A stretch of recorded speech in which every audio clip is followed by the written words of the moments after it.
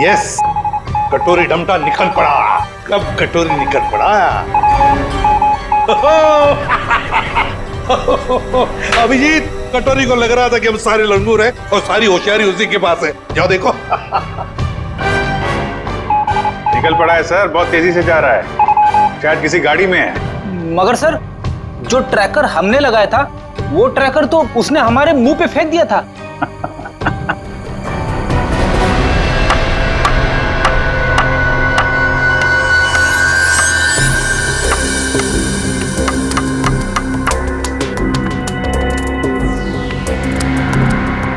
ये तो कलौंजी जैसा है। कलौंजी जैसा सिर्फ दिखता है, लेकिन है ये एक मिनी ट्रैकर।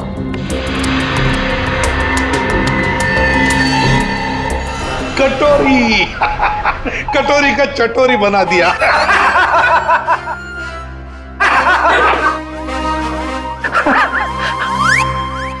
सचिन, ध्यान रखना, देखो ये कटोरी कहां जा रहा है। सर, कटोरी? लगता है सर बड़ी खुशी हो रही है आपको कि हमने कटोरी को ट्रैक कर लिया। तो अब तुम्हें मालूम है वो कहां पे है? हाँ, तो फिर पकड़ क्यों नहीं रहे उसे? मेरा एक प्लान है। हाँ, प्लान? प्लान? सचिन, नजरें गड़ाए रखना। हाँ सर, देखना, ट्रैक करते रहना। प्लान? मुझे मालूम है कैसा प्लान है तुम्हारा। तुम्हें डर है कि कहीं अगर कटोरी को पकड़ लिया और हाथ से निकल के भाग गया तो नाक कट जाएगी। तो इससे अच्छा है कि उसे पकड़ो ही मत, है ना? उसे पकड़ो ही मत। ना रहेगा बस, अब बजेगी बांस। प्रद्युमन, जब यहाँ पे कटोरी अचानक जमीन में से पैदा हुआ तो तुम कहाँ थे? स्विट्जरलैंड में। स्विट्जरलैंड? निकल लिए ऐसी बिना बताए? हम यहाँ बैठे हैं, पूजा कर रहे हैं। अर्जेंसी थी सर। अर्जेंसी? अर्जेंसी। अर्जेंसी? कैसी अर्जेंसी? हर्पिस? हाँ, हर्पिस। ये मगर हर्पिस को तो तुमने मार दिया था यार। हाँ सर, गोली मारी थी। तुम लोगों को अपनी गोली पे ही भरोसा नहीं रहा है। तुम लोगों ने गोली का मजाक उड़ा के रखा है। ये पिस्टल की गोली है या आत्मा की गोली है? हाँ? आपको जो चाहे समझना है समझ लो, मगर हमें खबर मिली थी कि हर्पिस जिंदा है। तुम वहां पे हर्पिस को ढूंढ रहे थे, हर्पिस की वाइफ यहाँ आ गई है। अरे, मुझे कैसे पता चलता कि हर्पिस की वाइफ भी है? अरे तुम लोग समझते नहीं हो। देखो, नंबर 1, हर्पिस एक टेररिस्ट है, समझे? अब हर्पिस की वाइफ भी शायद एक टेररिस्ट ही होगी। ये तो वो यहाँ आई क्यों है? उसका मतलब क्या है इंडिया में आने का? हाँ, वो एक बड़ा सा ट्रिगर लेके घूम रही है हाथ पे। बड़ा सा ट्रिगर का बटन दबाएगी तो एक साथ 12 जगह ब्लास्ट होगा। 12 बड़े बड़े बम फूटेंगे। शहर में कभी भी 12 बम फट सकते हैं। कुछ नहीं तो 1000-2000 लोग मारे जाएंगे। 1000-2000 लोग। सर, एक जगह पे आके ट्रैकर रुक गया सर। ये देखिए सर, झालापुरी रोड पे।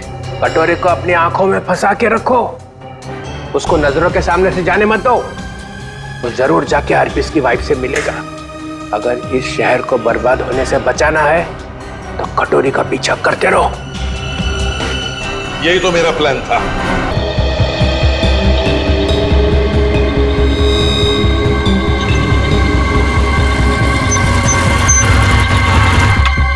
उतरो, उतरो।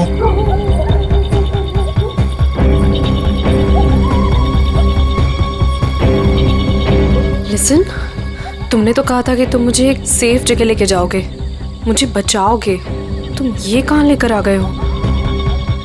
मुझे तो लग रहा है तुम पर विश्वास करना ही बहुत बड़ी गलती थी। देखो, मेरा नाम चोंच गागी है और मैं मासूम लोगों को दुख नहीं देता। मेरी बात ध्यान से सुनना और यहाँ से हिलना मत। तुम्हें यहाँ से सेफ जगह पर ले जाने के लिए कोई आ रहा है। और हाँ, मुझे यहाँ से फौरन निकलना होगा और अगर किसी को शक हो गया तो मैं भी नहीं बच पाऊंगा। हेलो, मैं यहाँ अकेले खड़े होके वेट नहीं करने वाली। इतनी रात को इतनी सुनसान जगह, इस घर के अंदर चली जाती हूँ। जो तुम्हें यहाँ से ले जाने के लिए आ रहा है, अगर तुमसे यहाँ नहीं मिली तो बहुत गड़बड़ हो जाएगी। तुम घबरा क्यों रही हो? देखो वो बस आते होगा, ठीक है? मुझे भी निकलना होगा अभी, और यहाँ से हिलना मत। लिसन,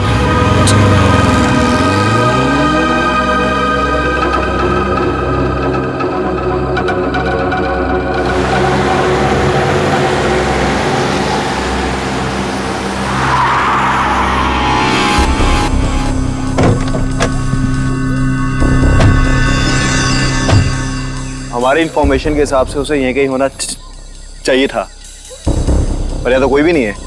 तू उधर जा, तू उधर जा और अच्छे से देखना। हाँ,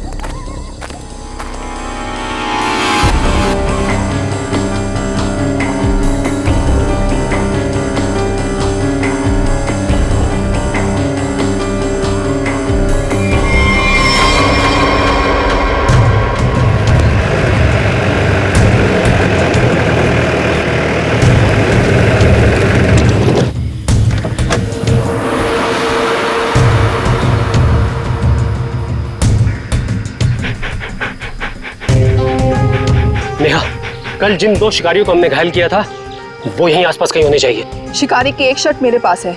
शेरू, इसे सूंघो तो।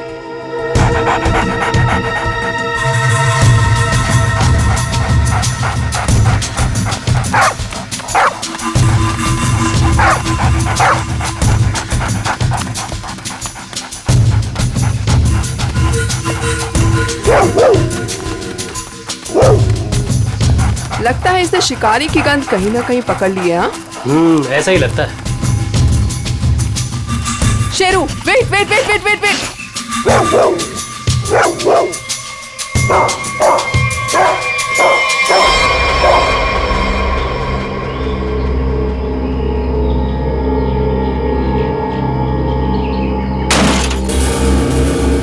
शेर को पकड़ने का फंदा, शेर के इंतजार में थे ये।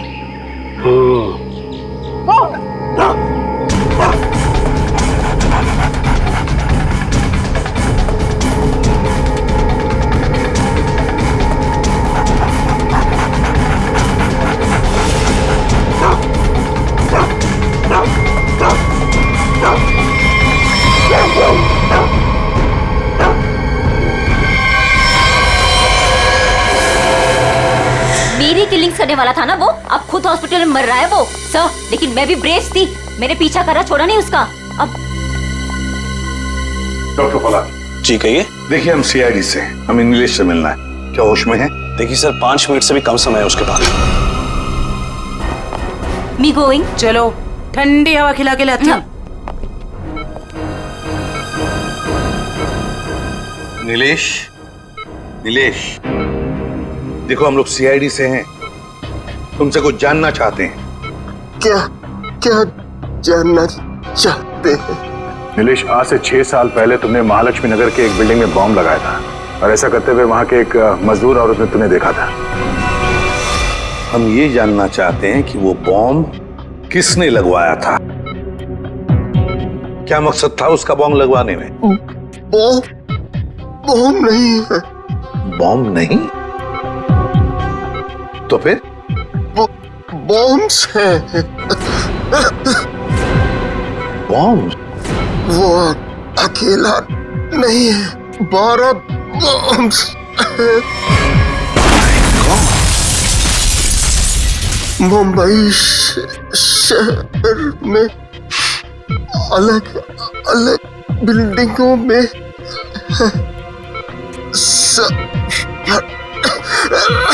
सब फटेंगे। कहाँ लगवाई है वो बॉम्ब? कौन सी बिल्डिंग में? बताओ बताओ नीलेश। मुझे नहीं पता, सब फटेंगे। एक ही ट्रिगर है सबका। और वो ट्रिगर कहाँ है, किसके पास है? इस डोंगरा की बीवी डॉली के। क्या?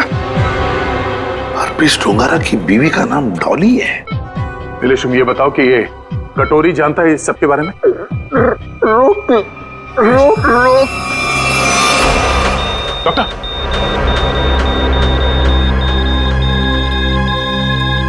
नीलेश,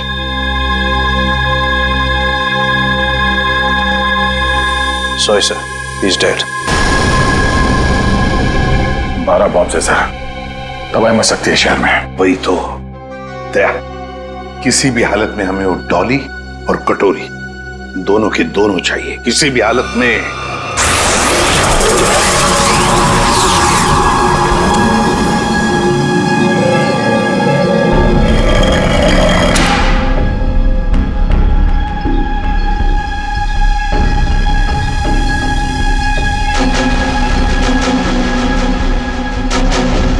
इसका प्रिंट आउट निकालो और प्रोजेक्टर बंद करो।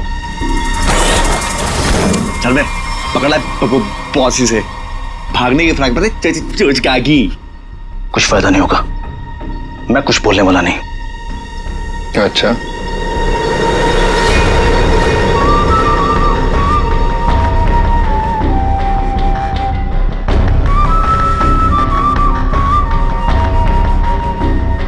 चोंच तो तुझे खोलनी पड़ेगी, चोंच का भी। हरपीस के लिए काम करता था ना तू? कहाँ उसकी बीवी? तुझे उसकी बीवी से क्या लेन देन?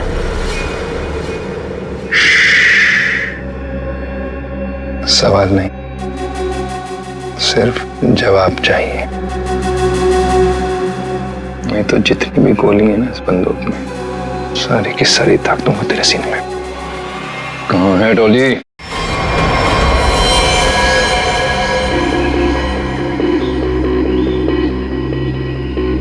इसके पास कोई सामान या आइडेंटिफिकेशन भी नहीं है। सीधा माथे में गोली मारी है सर। बॉडी पे कोई और चोट या जख्म के निशान तो नहीं दिख रहे। सर, कपड़े और जेवर देख के तो लग रहा है कि कोई बड़े घर की लड़की है। यह हत्या लूट के इरादे से तो नहीं हुआ सर। कहने वैसे के वैसे ही है, हाथ नहीं डाला। मगर सर, ये यहाँ क्या करे? और ये है कौन? पंकज, ये बेचारी बच्ची अपने आप यहाँ जंगल में चल के नहीं आई है। इतनी अंदर जगह है ये जंगल के, इसे जरूर यहाँ लाया होगा जबरदस्ती और फिर यहाँ गोली मार दी इसे।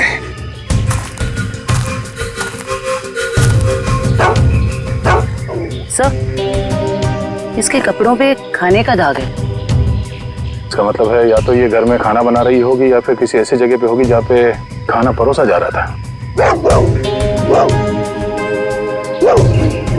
दया,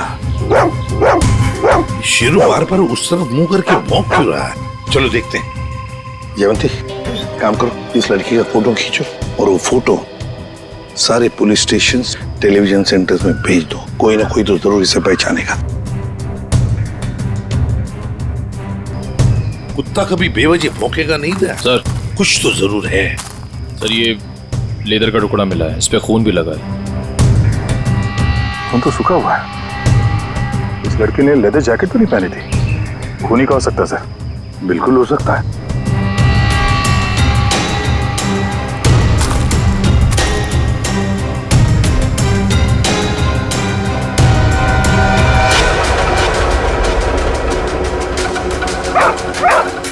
ये क्या है?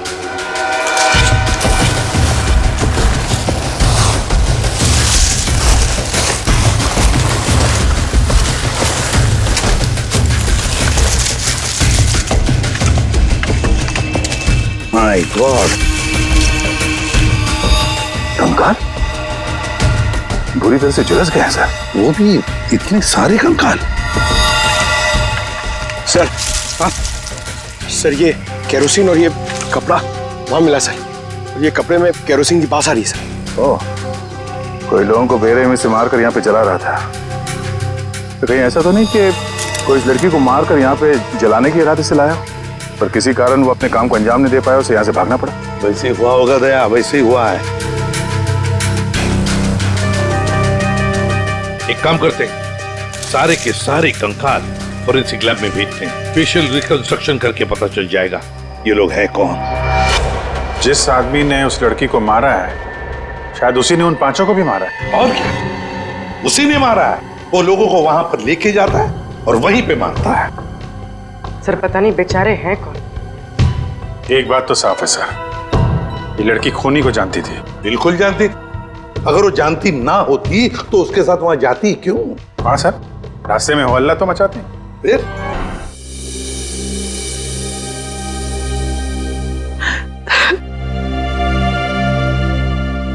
मैम प्लीज शांत हो जाइए। शांत हो जाए? कैसे शांत हो जाए? इतना सब कुछ हो गया और हम शांत हो जाए?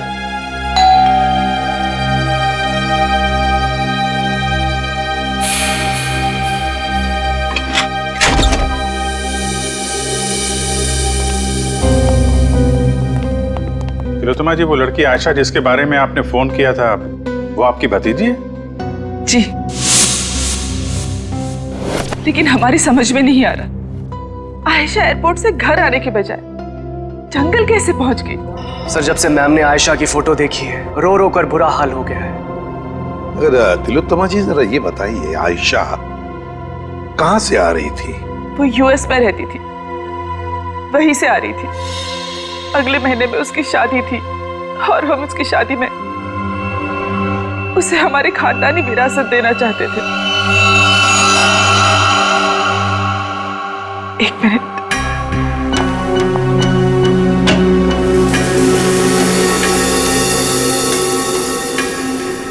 ये लीजिए, इसमें हमारे पुश्तैनी जवाहरात है। तिलोत्तमा जी, हम आपकी रियासत डुग्गर चोला भी गए थे। वहां हमें पता चला कि पिछले 5-6 सालों में आपके राज परिवार से करीब 5 लोग गायब हैं। सर, हमारे खानदान में कुछ साल पहले बहुत बड़ा झगड़ा हो गया था। इसका फायदा एक खानदानी दुश्मन ने उठा लिया, एक एक करके हमारे पूरे खानदान को खत्म कर दिया। इसीलिए 17 साल की उम्र में ही मुझे यूके भेज दिया गया था और फिर हमारे खानदान के बाकी के बच्चों के साथ भी यही किया गया। सर जंगल में से हमें जो कंकाल मिले थे, हो सकता है इनके परिवार के लोगों के? हो सकता है। वैसे तिलोत्तमा जी, है कौन ये आपका खानदानी दुश्मन? क्या आप जानती हैं उसे? जी नहीं। कमाल है, आपका खानदानी दुश्मन जो इतना सब कुछ कर रहा है, उसके बारे में आपको कुछ भी नहीं पता? हमारे खानदान में किसी को भी उसके बारे में कुछ भी नहीं पता। हमें बहुत डर लग रहा है। पहले तो हमारी प्रॉपर्टी में लाश मिली और अब आयशा। एक बार ये प्रॉपर्टी बेचने का काम खत्म हो जाए, फिर हम यहाँ लौटकर कभी नहीं आएंगे। नहीं, आप घबराइए मत तिलोत्तमा जी, हम आपको कुछ नहीं होने देंगे। लेकिन एक बात कहूं, आप यहाँ से बाहर ना निकले तो बेहतर होगा, जब तक कि ये खूनी पकड़ा नहीं जाता। इनमें से किसी की मौत गोली लगने से, किसी की नुकीली चीज से और किसी की मौत सर पे वार होने से हुई है। तो सारे सबूत तो आग में खराब हो चुके हैं, लेकिन एक बात पता चली है। वो क्या? ये 2 कंकाल जो हमें मिले थे, इनकी सारी हड्डियां अलग अलग थी और दूसरी तरफ ये तीनों कंकालों की हड्डियां बिल्कुल जुड़ी हुई थी। ये बात तो हमें पता है कि मरने के बाद कुछ समय तक इंसान की हड्डियां जुड़ी रहती है और कुछ समय बाद वो अलग अलग होने लगती है। इसका एक ही मतलब है अभिजीत, इन सारे लोगों की मौत एक साथ नहीं हुई है। हाँ सर, और सर इन सभी के डीएनए रिपोर्ट्स भी आ गई हैं। अच्छा, ये लीजिए। इन सभी कंकालों में से 2 औरतें हैं और 3 आदमी हैं। डीएनए रिपोर्ट से तो पता चलता है कि ये सारे की सारी लाशें एक ही परिवार वालों की है। ओहो, ये देखो, आयशा का डीएनए भी इन सभी लोगों के डीएनए से मैच होता है।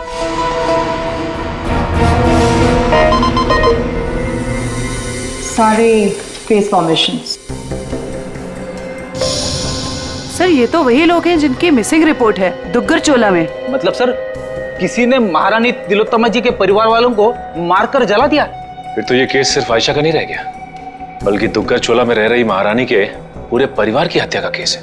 हाँ सचिन, लगता है अब ये खूनी मारने को मारने चला जाएगा। सर, इस खूनी को पकड़ने का एक ही रास्ता है। हमें यह पता लगाना होगा कि एयरपोर्ट से निकलने के बाद आयशा कहाँ कहाँ गई। सर, एयरपोर्ट से उतरने के बाद उसने टैक्सी वगैरह तो लिया ही होगा। हाँ, एयरपोर्ट से लेकर जंगल के बीच रास्ते में वो कहाँ कहाँ गई, किसके साथ गई और उसके साथ हुआ क्या।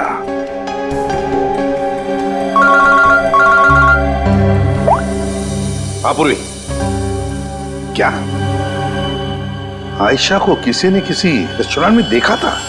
सर सिर्फ हमने ही नहीं, सबने ही देखा था। वो बहुत परेशान लग रही थी। परेशान लग रही थी आयशा? जी सर। क्यों? सर क्यों परेशान थी ये तो नहीं पता, मगर एक आदमी आया और आयशा को अपने साथ में लेकर चला गया। कौन था वो आदमी? आप में से किसी ने उसका चेहरा देखा?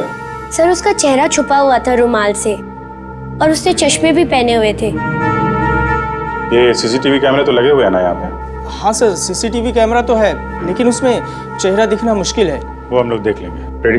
चेक कर लो। चलिए। यहाँ बैठी थी? जी सर। अभिजीत?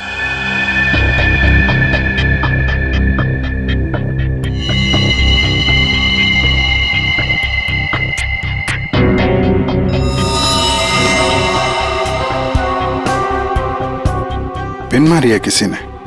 और ये देखो अभिजीत, किसी नोक को हाथ लगाया, ये कुछ हरा हरा सा कुछ केमिकल जैसे लग रहा है।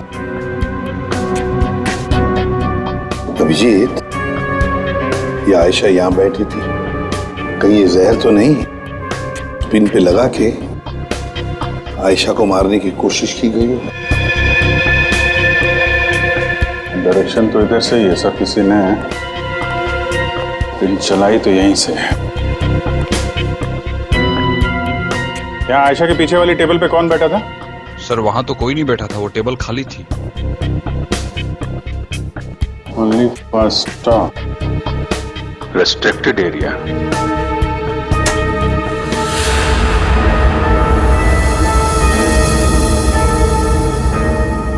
किचन है sir. Sir CCTV footage check कर लिया सर। मैनेजर सच कह रहा है, उस आदमी का चेहरा ठीक से दिख नहीं रहा है। Manager sir. जी सर। कल जब आयशा बैठी थी यहाँ इस कुर्सी पर, तब वहां किचन के पास कोई खड़ा था? सर मुझे कुछ याद नहीं। राकेश खड़ा था वहां पर। ये राकेश कहाँ पर है? सर आज सुबह उसके गांव से फोन आया था, उसकी फैमिली में कुछ दिक्कत है, इसलिए वो गांव चला गया। कौन से गांव? जी डुगर चोला, यहाँ से 2 घंटे की दूरी पर है। डुगर चोला? राकेश का मोबाइल नंबर और गांव का पता अभी चाहिए हमें। जी सर। चलिए। अभिजीत, दया को बोलो डुगर चोला जाने की तैयारी करें और हम लोग महारानी तिलोत्तमा के पास जाते हैं। महारानी की जान को खतरा है।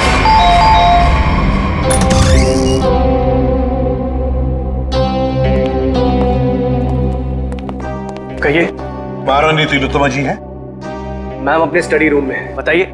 सर पर हुआ क्या है, इतनी अर्जेंसी भी क्या है सर? आयशा को जब गोली मारी गई थी उसके पहले वो टिंका टीना रेस्टोरेंट में गई थी, वहां पे भी उस पर हमला हुआ था। हमला करने वाला महारानी की रियासत डुगर चोला का कोई आदमी है।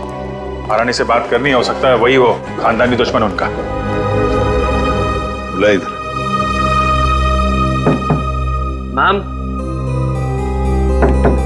मैम दरवाजा खोलिए, सीआईडी के ऑफिसर साहब से मिलने आए हैं। ये कुछ जवाब क्यों नहीं दे रही?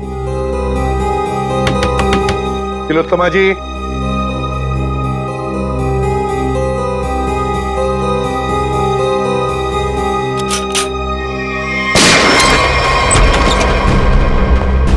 My god. तिलोत्तमा जी, तिलोत्तमा जी। अरे सारा सामान बिखरा पड़ा है, तिलोत्तमा जी भी यहाँ नहीं है। क्या हुआ यहाँ पे? सब पता नहीं, महारानी जी तो बाहर आई ही नहीं। तो फिर वो गई कहाँ?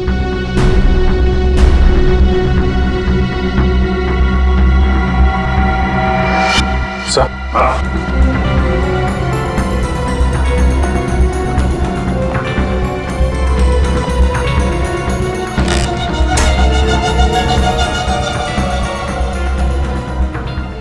कमरे में तीर चला है और इस पे खून भी लगा हुआ है। फिर खिड़की अंदर से बंद है और कमरे में एक ही दरवाजा है जहां पे ये लोग खड़े थे। तो फिर ये हमलावर आया तो आया कहां से? वही तो, आया कहां से होगा?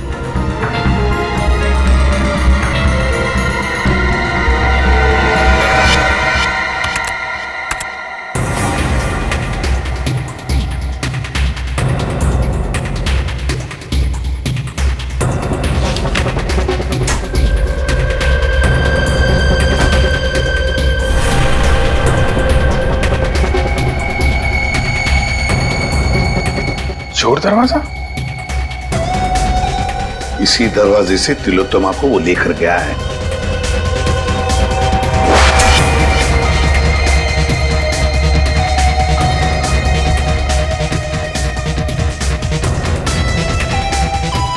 अभिजीत, देखते हैं ये चोर दरवाजा कहां तक जाता है।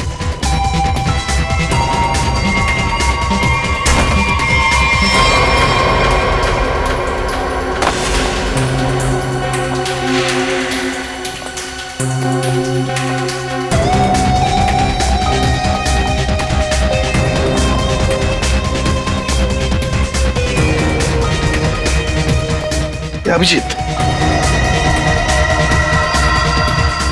गाड़ी के टायर के निशान यहाँ पर गाड़ी थी, शायद गाड़ी में से लेकर गए होंगे उसे। निशान एकदम ताजा है। अभी ये गॉड, अरे उठाओ उठाओ इसे। देखो भैया, क्या हुआ तुम्हें? हाँ, किसने किया ये? मैं अपनी साइकिल से यहाँ से गुजर रहा था, तभी मैंने देखा कि एक अमीर से दिखने वाली औरत, उसको एक मास्क वाला और उसके साथी जबरदस्ती अपनी गाड़ी में बैठाने की कोशिश कर रहे थे। मैंने उन्हें रोकने की कोशिश की तो उन्होंने मुझे बंदूक से मार। इसे डॉक्टर के पास ले चलते हैं, आराम से आराम से। अच्छा भैया, एक बात बताओ, गाड़ी तो देखी है ना तुमने, कुछ बता सकते हो उसके बारे में? हाँ साहब, वो लाल रंग की गाड़ी थी साहब, उसका नंबर था CV765WQ। खुद ही देख लीजिए सर, मैंने तो पहले ही कहा था राकेश घर पे नहीं है। 3 महीने से मेरा भाड़ा नहीं दिया है सर उसने। सर मेरा सोना खरीदेंगे ना आप? अरे आपका सोना क्यों खरीदेंगे? राकेश को ढूंढने हम लोग यहाँ पे, वहां खड़े रहिए आप। पूरे घर को अच्छी तरह से चेक करो।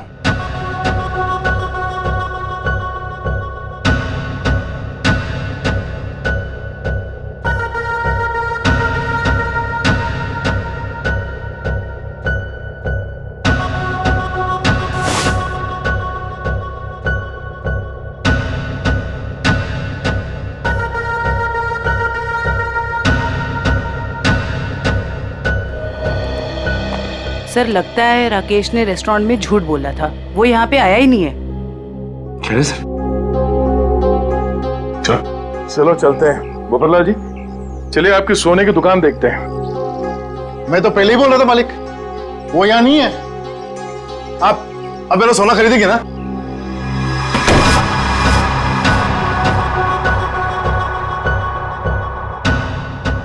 थैंक गॉड, बच गया।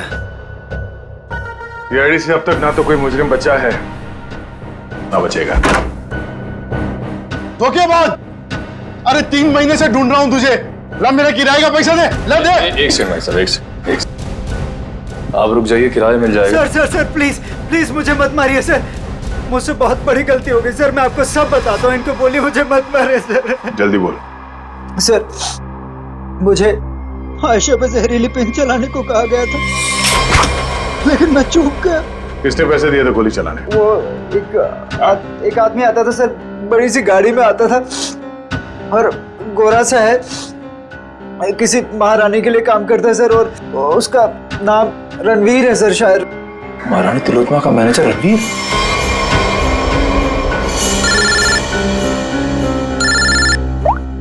Hello, excuse me. आप मुझे थोड़े समझदार लग रहे हैं। मेरा सोना खरीदेंगे ना आप? Thank you sir. एयरपोर्ट से ऑफिसर्स का फोन था, लैंड होते से ही आयशा टैक्सी लेकर सीधा डुग्गर चोला के लिए निकली थे। एक काम करो श्रेया, इस टैक्सी ड्राइवर को फोन करके बुलाओ।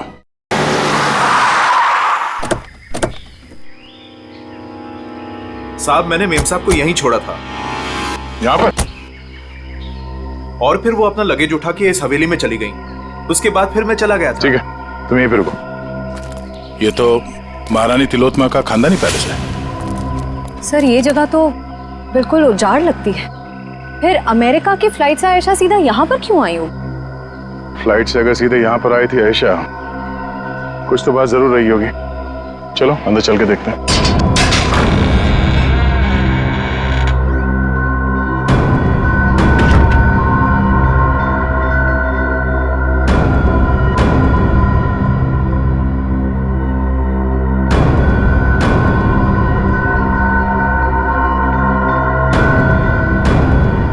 सर वैसे तो ये महारानी तिलोत्तमा की हवेली है, पर यहाँ राज परिवार की एक भी तस्वीर नहीं है। इस हवेली में आई क्यों थी? शायद किसी को मिलने आई हो सकता है। तो देखो आसपास।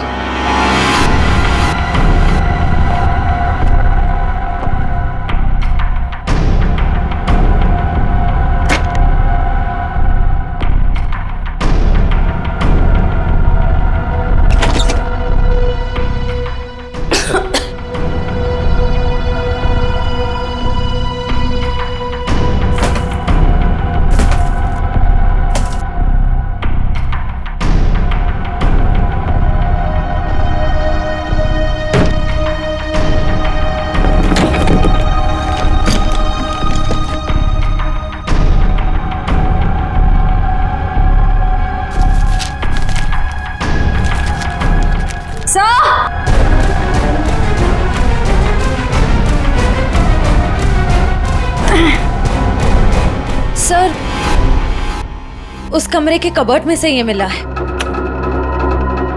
सर ये देखिए, जेवर, हीरे, ये एंटीक चीजें और ये एक फोटो भी है,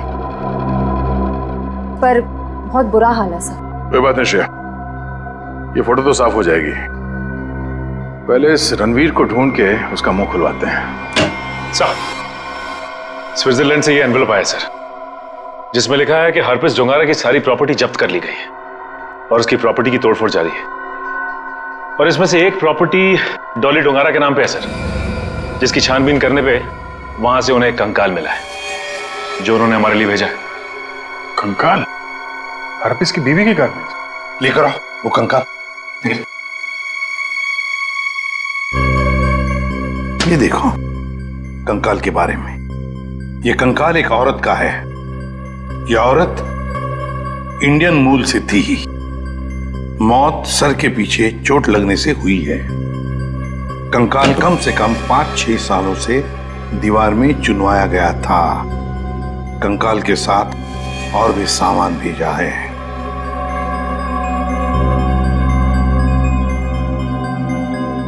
important evidence for case number 67VX2A।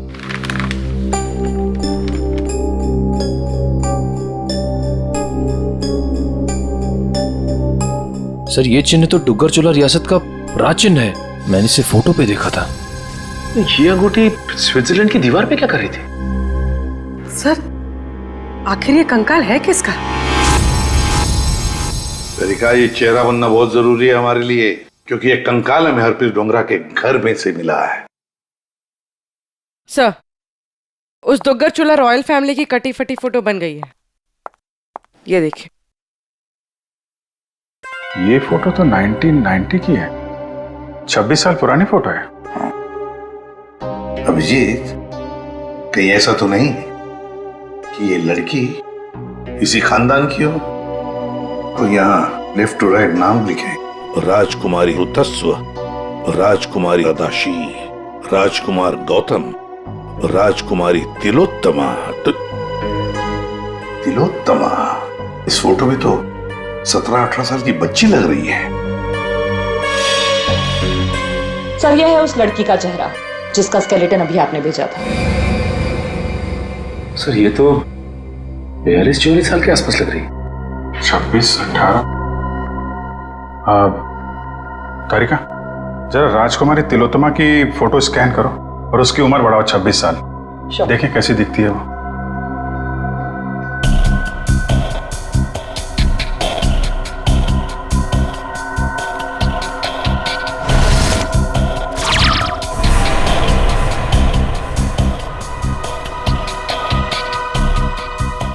My God, तो ये महारानी तिलोत्तमा। तो वो औरत कौन है जिसे अभी तक हम लोग महारानी तिलोत्तमा समझ रहे हैं? सर, रणवीर जी। बड़ी मुश्किल से हाथ लगा है सर। वो गाड़ी भी मिल गई है जिसमें से ये महारानी को लेकर गया था। अच्छा, रणवीर जी, हमें मालूम है कि ना वो असली महारानी तिलोत्तमा है और ना ही तुम मैनेजर। अब सच सच बताओ, सच सच बताओ, कौन है वो औरत जिसे तुमने किडनैप किया है? अगर आपको मैं सच बताऊंगा तो यकीन करेंगे?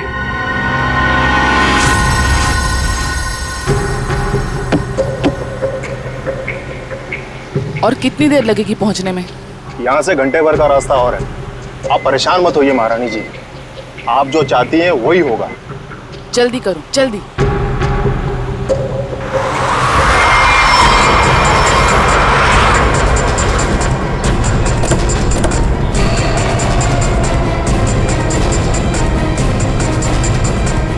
अरे यार,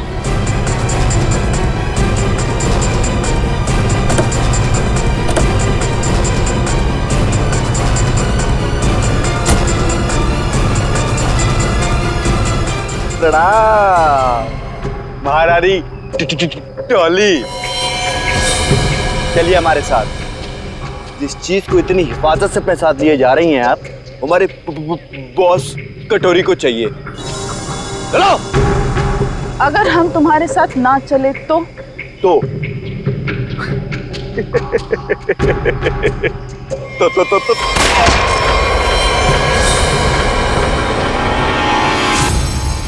अब बोल बोल।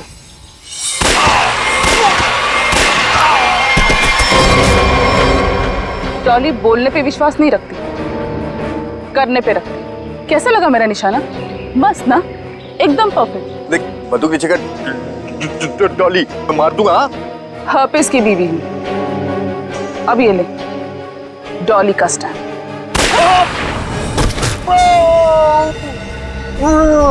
अब चल, उठ और ये जाके अपने बॉस कटोरी रमता को दिखाना, ताकि अगली बार मुझे लेके जाने के लिए तुझ जैसे लोगों को भेजने की गलती ना करे। चल निकल, निकल।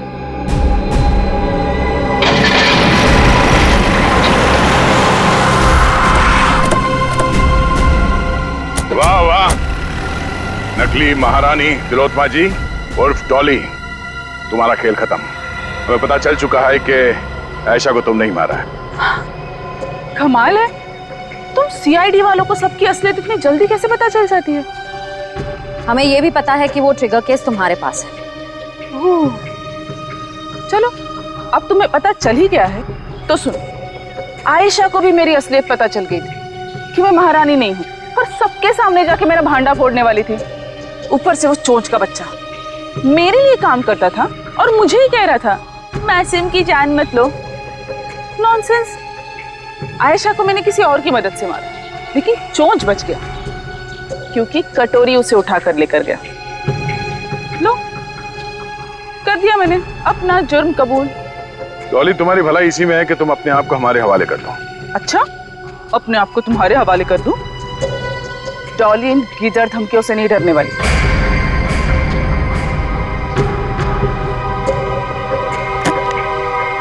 ये देखो, क्या है? क्या है? Correct, trigger bombs. इस शहर में 12 बॉम्ब्स लगाए हमने। अगर किसी ने मुझे पकड़ने की, क्या मेरे पास भी आने की कोशिश की ना, तो पूरे शहर को 1 सेकंड में खाक कर दूंगी। देखो डॉली, कोई बेवकूफी मत करना, चुपचाप इसे हमारे हवाले कर दो। लाओ।